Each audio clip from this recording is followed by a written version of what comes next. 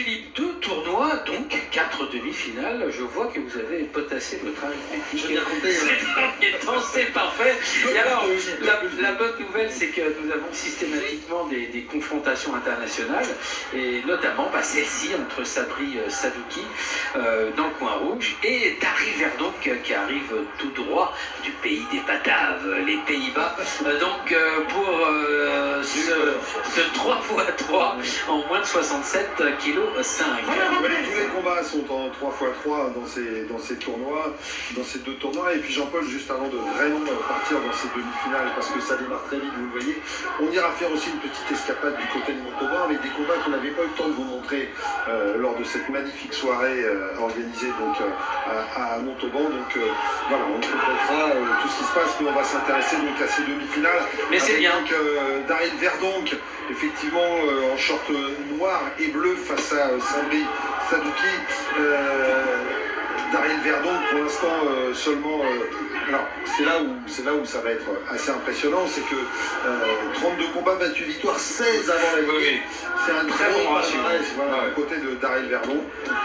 Vous parlez de Batave, eh bien j'ai envie de vous dire, quand on voit ce début de combat, effectivement Daryl Verdonk est un bon Hollandais, voilà, un bon cru de Hollandais.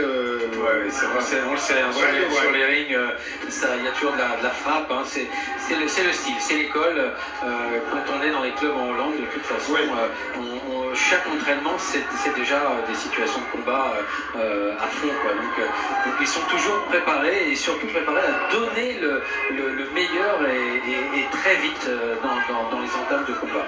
Et on le voit là, à l'œuvre Daryl Verdonk qui pousse un peu Sabri Sadouki dans ses retranchements. Sabri qui avait bien commencé. Nous sommes juste à la moitié du premier round.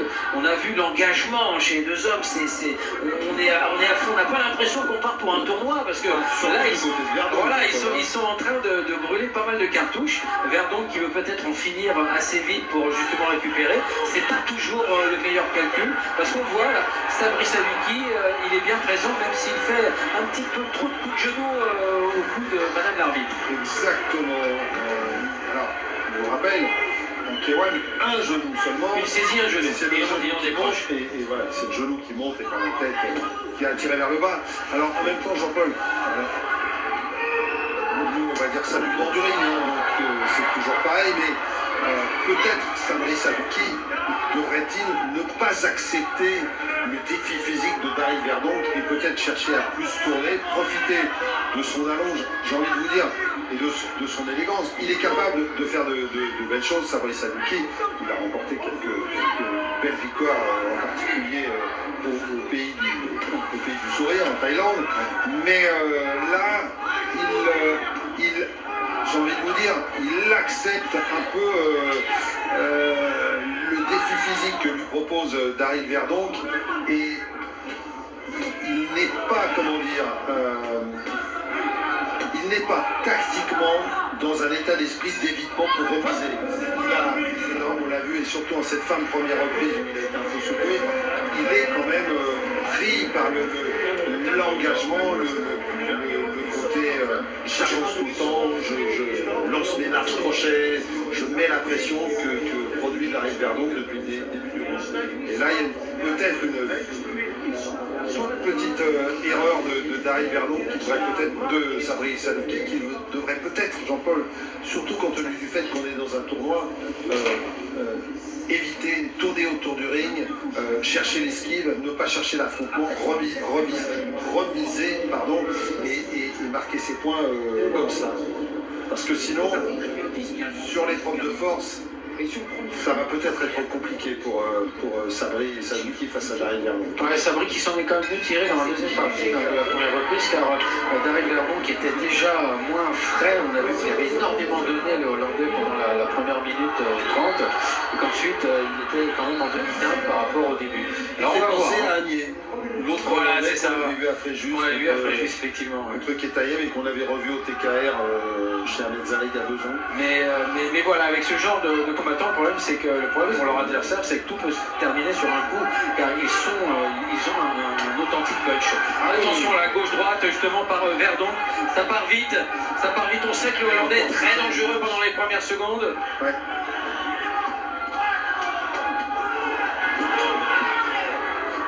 Voilà, le front kick pour recadrer et puis tout de suite derrière les frappes en crochet.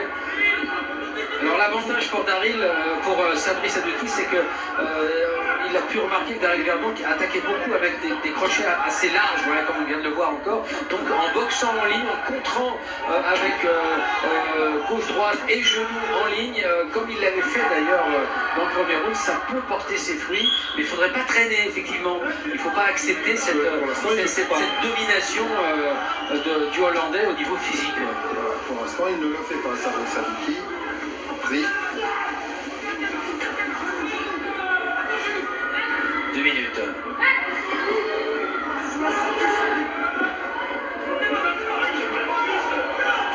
Parce que si les Hollandais, on les connaît, hein, ce sont l'offensive, on avance, on frappe tout de suite à fond. Ça peut aussi être très bien utilisé tactiquement par leurs adversaires. Connaissant leur schéma, on peut travailler plus finement face à ce genre de comportement. Il faudrait que Sabri puisse justement affiner sa voix. Ça, c'est dangereux. Oui, mais c'est dangereux, mais Jean-Paul. C'est dans le vide. Non, puis c'est surtout un coup que normalement, avec son expérience, Sabri Sadiki voit arriver. Ouais. C'est ce qui s'est passé d'ailleurs. C'est bien. Faut juste pas le prendre, quoi, c'est tout. Ah oui, ça, on est d'accord. En tout cas, c'est toujours les Hollandais qui avancent, qui coupent la route, qui l'enferment dans les coins. Nous sommes dans la dernière minute. Et pour l'instant, c'est quand même Verdon qui a pris le meilleur de cette reprise. Ah, c'est une sacrée machine à frapper. C'est une machine à avancer, à frapper. C'est un rouleau compresseur qui s'est mis en route et qui ne s'arrête pas. Ah, puis il y a tellement moins d'intention dans les frappes de Sabri Sadiki que ça, bah oui, ça ne va pas échapper au juge. Hein. Il reste une vingtaine de secondes. Ah oui, là c'est très net. Hein. Et vous voyez, Verdon n'a pas subi ce contre-coup de l'accélération de la première partie de round dans cette reprise. Il a été beaucoup plus linéaire. Non, il ne faut pas s'auto-arbitrer, Sabri, voilà, il attendait que Aurélie Vanet, l'arbitre, intervienne parce que il semble qu'il a été touché à la coquille. Et quand l'arbitre ne bouge pas, bah, il ne faut pas soi-même s'auto-arbitrer.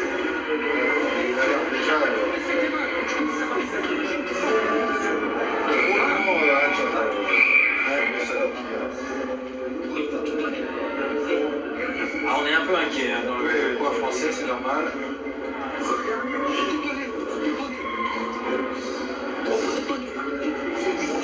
On le sent par moments un peu tétanisé, Sabri Sadiki. C'est ça, un peu paralysé. Par son côté vraiment prégnant de son adversaire. Ça le bloque un peu, on a l'impression. Daryl Verdon, qui est issu d'une grande famille de sportifs, Jean-Paul. Oui, son frère est en boxe anglaise. Non. Son frère, non, pas du tout. Son frère est footballeur professionnel. Ah, c'est ça. Il jouait, il appartient au club de Feyenoord Rotterdam. Il prêtait cette saison au FC Twente, en Eredivisie, c'est-à-dire la première division du football des Pays-Bas. Mais surtout son père, c'est ça, qui a été champion de France avec l'Olympique de Marseille en 72. Voilà, 8 matchs, 3 buts. Ça monte un peu. Il a joué avec, Skoglar, Magnusson, Bosquier, Carnus, toute cette grande équipe de l'Olympique de Marseille des années 70. Et donc, le papa, le grand-père, Lambert Verdon, a été champion de France de football. Donc, c'est une vraie famille de sportifs. Voilà. Daryl, lui, s'est perdu dans la boxe. Les autres étaient dans le foot. En tout cas, il n'a pas l'air vraiment perdu là dans cette ultime reprise de cette première demi-finale du tournoi du 67-5. C'est toujours Lucas Vance, on est dans le même schéma avec Sabri Sadiki en short noir et rouge qui essaie de maintenant d'être. Ce que vous aviez conseillé au premier round d'ailleurs, Philippe, c'était bien vu, de plus se déplacer, tout ça, de ne pas jouer sur le même registre physique, puisque on l'a bien compris, Daryl Verdon est au-dessus à ce jeu-là. Mais ça ne fonctionne pas. En tous les cas, pas pour l'instant. Il reste Ah moins non, de 2 non, minutes. il est pris, il est complètement pris, Fabrice Aluki. Il est pris par le rythme, il est pris par la puissance, il est pris complètement par le style de. Il est un peu étouffé, hein, on le sent bien là, dans la marche avant du Hollandais. Sabrine n'arrive pas à trouver sa respiration. Et en plus, Jean-Paul, je pense que Fabrice Aluki est aussi marqué par le fait que lorsqu'il frappe le Hollandais, c'est comme s'il se passait rien.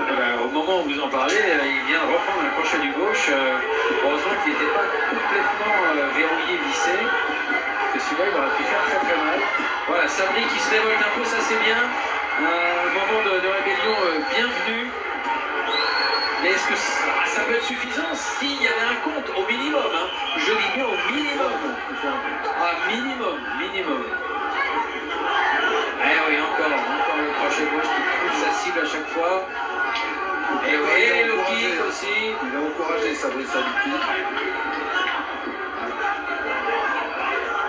Alors, c'est vrai aussi, Jean-Paul, il y a une chose qu'on n'a pas évoquée, on va y revenir pour le coup, c'est qu'il n'y a pas énormément de jambes du côté de Barrière, donc il compte beaucoup sur son anglaise.